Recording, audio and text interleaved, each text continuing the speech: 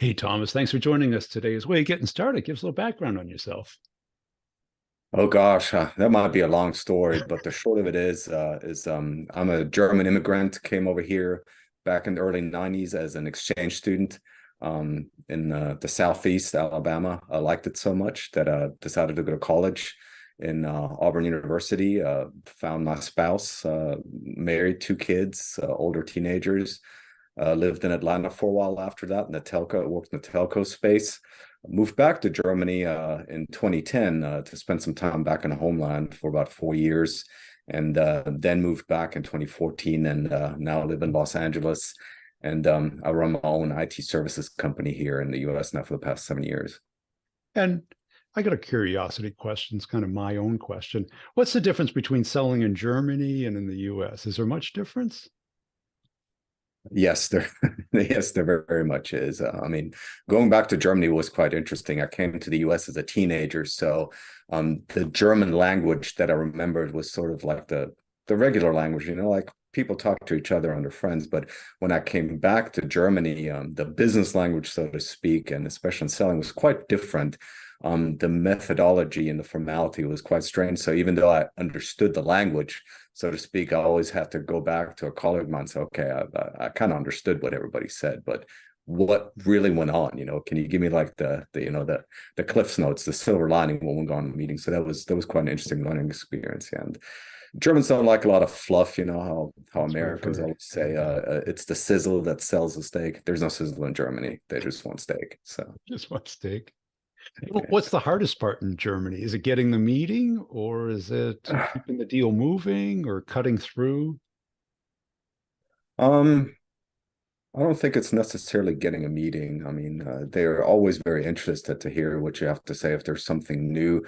But then getting a deal moving is probably the hardest. One thing that I found very interesting in comparison is here in the US, customers are very quick to switch out vendors, based on relationship or based on it's the latest and greatest on marketing hype or whatnot. Where in Europe and in Germany, it's not so much. It's like, okay, great, Thomas, you told us a great story. It sounds fantastic, but let's take a step back. We've invested in this technology or product or service. Is it really doing what we still want it to do? Does it meet our needs? Can we just do some improvements, or do we jump ship and change everything? So I think that it has a lot to do with the US more of having like a quarterly thinking Yeah, around moving the short business term. forward versus in Europe, you're like, well, what is the long-term impact? Does it make really sense to change out vendors now, or should we wait? So we see that quite a lot as a difference. And you spent most of your career at large companies. Was that Correct. on purpose or did you like it? Uh, well, I'll run my own business, so I guess that answers that question. I Something like changed. Yeah. it. um, I think it was a great experience to work for all these great companies. Again, I worked for all the major telco carriers here in the US. Worked for them also in Europe, which was very interesting, was very exciting. A lot of resources, a lot of exposure and experience that I probably wouldn't have gotten somewhere else. But it made me very quickly realize that I'm not cut out for the corporate world. I mean, where I was very good in business development and knocking on doors and getting the meetings and everything else like that, I quickly realized that playing the politics, which are very typical for large corporations, I'm just not suited for. So when the opportunity came to start my own business, I jumped at it because I know I can make decent decisions, may not always the best decisions, but not always the worst decisions either. But I think the decisions that I do make are they're goaltending, they lead to result without, causing any rub. Yeah. And the sales background must have helped a lot starting your own company. Yes, definitely did. Yeah. Yeah. And what makes you a great salesperson? Oh gosh, I don't consider myself a great salesperson. I thought about that when you reached out and asked me. I was like, am I really a great salesperson? Would I be considered a great salesperson? And if you'd ask my friends back in college and you told them, hey, Thomas is a salesperson, they would have laughed at you. They're like, what, that guy? Not a chance. I mean, when I first heard about being a salesperson or the term salesperson, you think of somebody, an athlete, very outgoing personality, high energy, always on the go. And that's not me. I would classify myself more as an introvert that has trained himself to become more an extrovert and work on this. I kind of just stumbled on being a salesperson as a first profession because I originally wanted to become a management consultant. I went to college, almost looked at getting my PhD and becoming a management consultant for the McKinsey's, Deloitte's, or Boston Consulting was my aspiration. It's just worked out that when I graduated and I needed a job to stay in the country, none of those opportunities presented myself. So the next best opportunity was to become a salesperson, because that way at least I got to talk to business owners or decision makers at businesses to understand their business and be able to consult them with technologies that are available to improve their business. So I kind of stumbled upon that. And I think people misunderstand what makes a great salesperson in B2B versus B2C.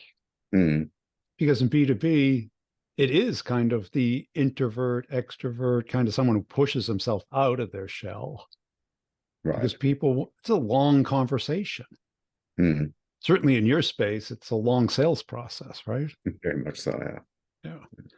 So once the sizzle is gone, there's got to be some stake there, right? There's got to be some Right. value and progress and somebody who understands their business.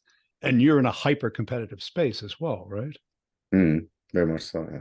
I mean, and that's where I always try to look at myself and say, what can I do different? You know, what does Thomas do that others may not do? What is hard that others won't do, but you're willing to do?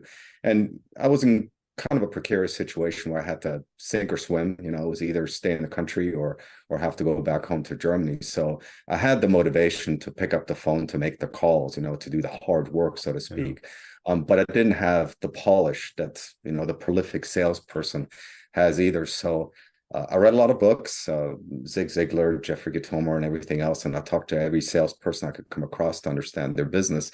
But the essence to me was, what can I do different? You know, what is something unique about me that nobody else can replicate? I'm German. I speak several languages, so that definitely helps, but not necessarily in sales initially, when I first Yeah. started hitting the pavement. But I consider myself an honest person. I like to talk to people, prospects, clients, like they're my friend. I wouldn't want to sell them something if I didn't believe in it, if I wouldn't buy it in their situation as well. And I would walk away from the sale if it didn't make any sense, first of all. So to me, it was always important to have that good feeling of a relationship, rather than just trying to push something onto a customer to make the quick buck and then later suffer the repercussions off of that. And then the other piece was, it was just being true to your word. You know, if you said you're going to call somebody back, if you're going to do certain things, even if they were customer service related, and there's a lot of customer service related things as a salesperson you may have to do. They're not necessarily producing a paycheck the quarter or the month when you're having to meet your quota, but they do pay dividends over time with that reputation, where people say, hey, you know what, I didn't find what Thomas was telling me very interesting or compelling for me to make a buying decision, but he's an honest guy and he does what he says. So if he comes around again, if there's an opportunity, I'll give him a chance and buy something. And this has happened over and over in my career as well. So I would say those are some of the things that I feel make myself a little bit unique in that aspect, and has helped me in my career to progress where I'm today. Yeah. So you were looking beyond the simple transaction and looking at the partnership, relationship, long-term view. Yep. What was the first couple years like being out on your own, building your own business? Oh gosh, it was tough. No paycheck, of course. I had to do other things. I did some consulting on the side for several other organizations out there. It was a lot of travel, not seeing my family, so that ruffled some feathers as well. But the fact that the decisions are mine and mine alone, and I'm the one that benefits and suffers at the same time, is what kept me going. And the outcome, even though I wouldn't consider myself a very wealthy person or a very rich person, by all means, in running my business, I feel fulfilled. You know, I make enough to make ends meet, to live a decent, good life in Southern California, to stay at whatever hotel I want to if it makes business sense, and stay at a crappy hotel if it doesn't make any sense, but just to get the deal. So those are some of the intrinsic rewards that I've gotten out of starting this business, especially earlier on when it was still very tough. And it's not easy now either. So don't get me wrong. It's No. not smooth sailing. It's it's still tossing and turning sometimes at night, trying to get some sleep and wondering if you made the right decision or not. Yeah. And do you hire salespeople now for your company? Yes, yes, I do bring on salespeople. It is tough. I do look for referrals, recommendations from other folks, rather than just going out and hiring. During the pandemic, I made the mistake of just going by resume and perceived reputation. But that was a big mistake. I'd rather bring along people that were recommended, that have somewhat of the similar philosophy, the same foundation of doing things right by the customer, doing things right by yourself, and then building upon that. One of my biggest pet peeves, especially in working with software vendors, as you may know, is the whole at the end of the quarter, hey, let's call the customer and see if we can squeeze out a deal. What is it going to take to book the deal today? Brian, I absolutely hate it. I hate it. I cannot stand it. And I tell my salespeople, I was like, don't do it. I was like, do not go to your customer and harass them about trying to squeeze in a deal to the quarter. If you've done your job, if you communicated the value, if the customer perceived the value, they like the relationship, they're going to buy when the timing is right. And guess what? They're not going to ask for a price concession, and we hardly ever have to do a concession on price at all. The deals come in, and we get them at the price that we've originally negotiated with, and that's what matters. Yeah, and most people do that. That, and I think it's because they don't understand how companies buy. They haven't built up the value. They're stuck with one person, and it's the only arrow they have in their quiver. Right. But that's Price. also going back to your earlier question, what's different? I guess that some of my European roots is now stop thinking about quarterly success. I mean, don't get me wrong, I like money sooner than later, like anybody does, but it's not at the expense of burning a relationship. Yeah, and especially in B2B where it's the company's money, not the employee's money. So, Right. maybe if you're dealing with the CEO or the owner, you might have some more meaning. But if you're dealing Right. 3-4 levels down, do they care that much Probably about not. the cost? And what do you like in a salesperson when you hire them? That is also a very good question. I mean, I had to go through when I was a sales manager a process of hiring a lot of people, and I hated that too. It was just trying to fill bodies, just to get out there. And to me, when a salesperson goes out for an interview, that should be the biggest moment of their life up to that point, where that's when they can showcase their skill set to me. It's the little things that matter to me. Is it do they show up 15 minutes early? Do they dress appropriately? Not necessarily suit and tie, but have they done enough research to know what the culture is like? Do they come prepared, meaning do they bring maybe a written copy of their resume, cover letter? Do they have questions with themselves? Little stuff like that. Do they close? I mean, there was this one incident where another sales manager and I had to hire a lot of salespeople on the request of our boss, and it was just terrible. And there was this lady, I'm not going to name her name, but she was very energetic and very enthusiastic, and she told us how great of a closer she was, and she must have said it about 4 or 5 times at the end of the interview. And I was sitting there and I go, when's the close? You're such a great closer. When are you going to close me? Never asked the question, never asked what are the next steps. Did I make it this far? If you had to make a decision today, nothing. So to me, what I'm looking for a salesperson that interviews with me is, do they have the basics down? Because if they can't even sell themselves, if you can't even do the small little things like I just mentioned, then how are they going to perform when they have to sell something for my company? Probably not as good. Yeah, a lot of people think sales is a personality type instead of a process. And B2C, it might be a personality type. Probably. Yeah, door to door, retail, whatever it is. But in your space, it's a long relationship. Your sales cycles are probably 3 months plus to get a new client. Easily, sometimes years, Yeah. very much so. Yeah. And I'm sure you must have kind of reversed engineered your current sales process or their buying process because you're competing. You got to wait for a window of opportunity when the incumbent is expiring. Is that how it works? Or Yeah, I mean, typically the customer is in a transition. The customer is asking themselves, I want to make a change. Whatever I'm doing right now is not working. I either need to bring somebody in to tell me how do I do things better with what I have? Is what I have working for me if I just tweak it? Or I do need to make a wholesale change to a new technology. So yes, there's a lot of moving parts, and it's very complex to be considered at the same time. But with the fact that we have all the tools with our consultancy, we can bring the customer along the journey. And a lot of times we decide that maybe it's just not a good fit at this point in time, that we just walk away from the sales I mentioned. But again, that's where it's so important to me to leave a good impression, to where the experience was good, where the customer says, hey, you know what? We didn't do business with these folks this time around, but the experience was great. Whenever we come across a path like this again, let's call them and see what they got. and what makes a great salesperson in your space? Because I don't know if you've hired one or you compete against one or you'd like to hire one. Makes a great salesperson in my space. That is a very, very tough question that I don't know if I know the answer. Um, I guess I know it when I see it. Yeah. You know, as I mentioned, this great salesperson has the attributes of doing the little things. Comes over genuine. I think that's the main part. Comes over very genuine.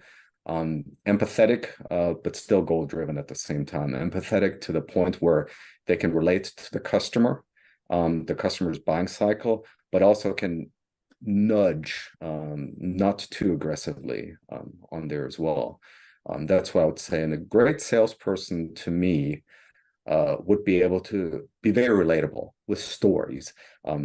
Earlier in my career, it was all about bits and bytes and features, and this widget does this, and this software does that, and this is all fantastic. But if the salesperson cannot weave this into a story and has customer examples, or at least at the beginning when you don't have customers, you can pretend there is a customer outcome that the customer can see themselves in that story. Like, hey, I was like that. I was like that customer.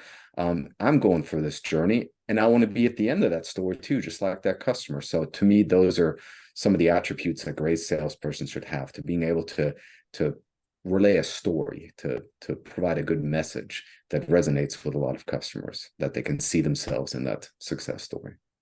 And who are you selling to? What persona? Is it CIO, CTO? Is it operations? Is it It's CSO, CTO, the chief security officer, or chief information officer, and below. the easy people to get access to, right? Right. So how do you get their time? We do a good job in working with partners. So Okay. we are a very, very small company.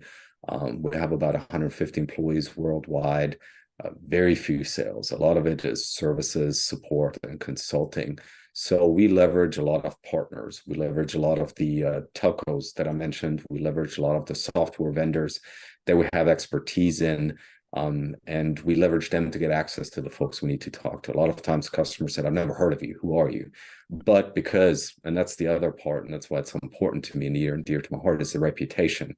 Because we have a good reputation, we are being recommended to those folks. And word gets around, and we have repeat customers say, hey, yeah, I heard from so-and-so over at that company. You guys are good folks to deal with. That's how we get access. It's based on a reputation, and also helping our partners succeed in the marketplace as well. Yeah, and I think a lot of services companies don't get the value of that. They try and build their own sales force and either compete against those vendors or just go on their own. And it's just too hard, Yeah. just because there's too many people. And if you don't have that recommendation, when somebody brings you in, which helps a lot. That skips a lot of the sales process. Right. I mean, that was a challenge at first when I first started this business. I found myself competing against a lot of the partners that were now working together. It was trying to figure out, and it's a different type of sell too, Brian. It's not like, how do I sell something to a customer? It's like, how do I convince a partner that bringing us into the deal, we can help that partner be successful? Where is there the overlap? One of my colleagues calls it the Venn diagram. Where do all three circles overlap? And everybody's happy, everybody makes money and succeeds. It's a different type of sale. That's a different type of thinking than just being a direct salesperson out there and trying to figure out which product or service matches each customer. Yeah, and it was one of my superpowers because I was always at startups and they always wanted us to sell services, but they didn't comp us well on it. So it wasn't economically worth our time. They'd have to fly in. They were kind of like paratroopers. They come in, do something, then leave. But that's not what the client wants. The client wants dedicated, throat to hold. Hmm. And I didn't want it to be my throat.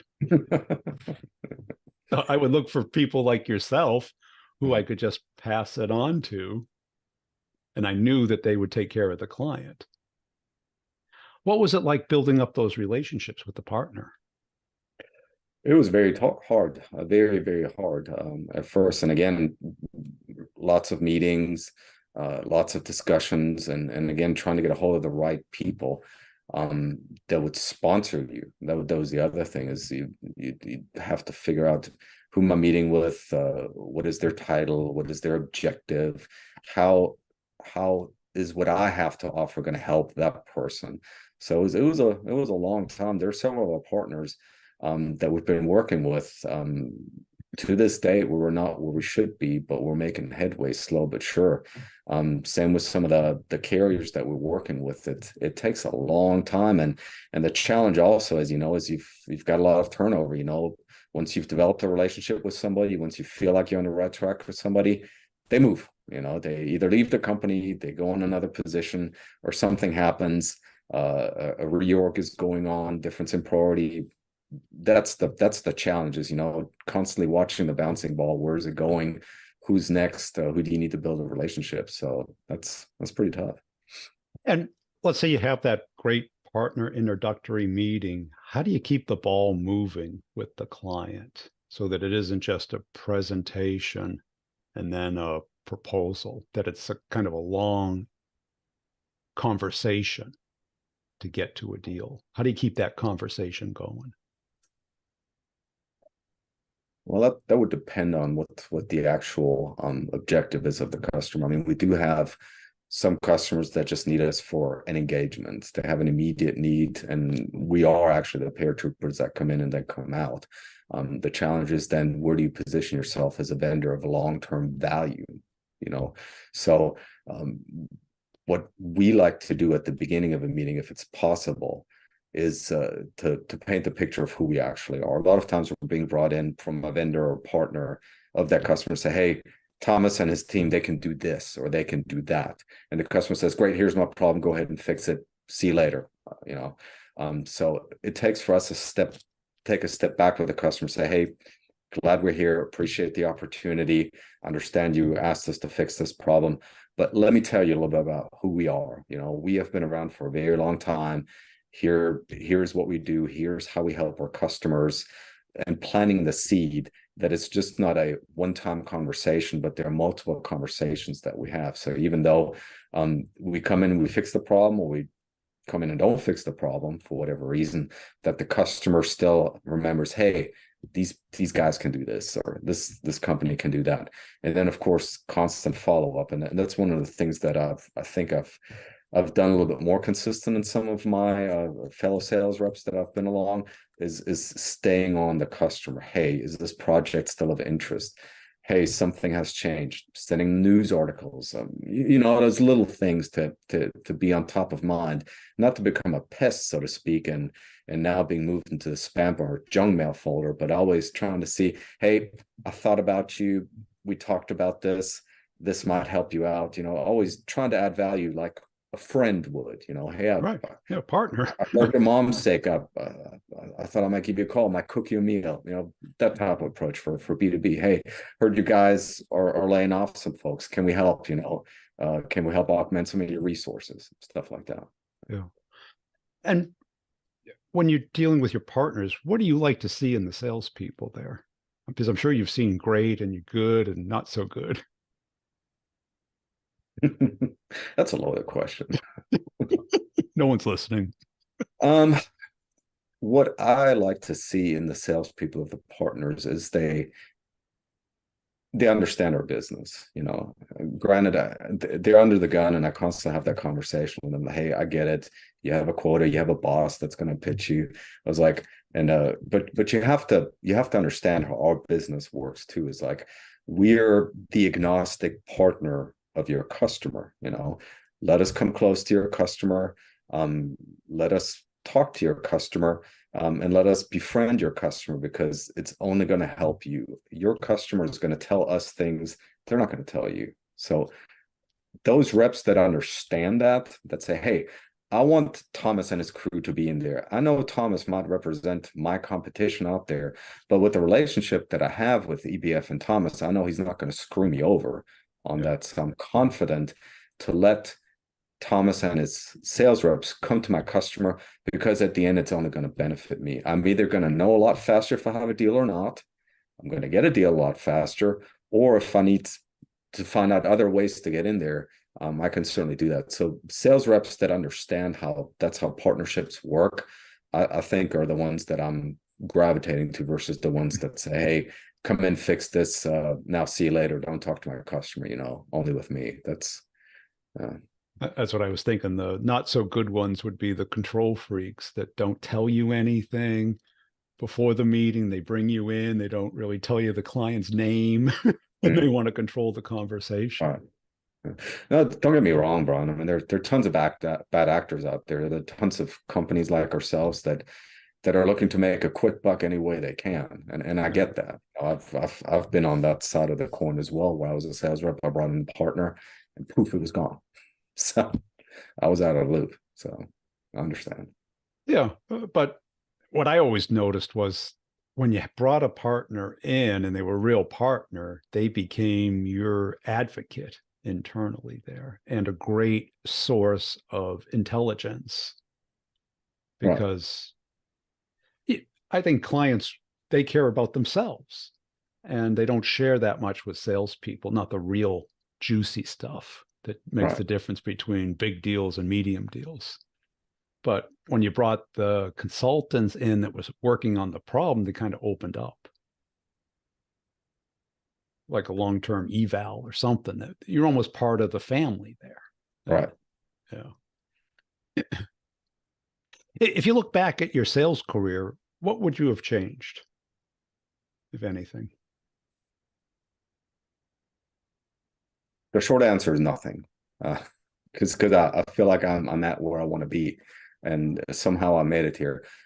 Are there some things I probably would have done differently in hindsight? Probably, but then who knows where I would have ended up? You know, Yeah. would I have liked to start at a larger company sooner rather than later? Sure. Would I have worked on bigger projects that paid more sooner than later? Sure, absolutely. Well, like to make more money, but yeah, no, I'm very happy with where I'm at, and I'm very happy with where things are going. So even though it was hard, and in hindsight, you're like, oh gosh, I can't believe I had to deal with stuff like that.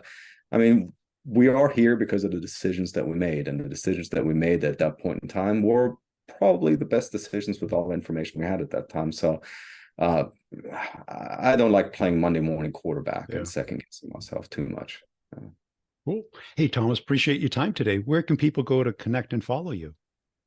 Definitely on LinkedIn, Thomas Steinmetz, LinkedIn, and ebf.com. You can find me there as well.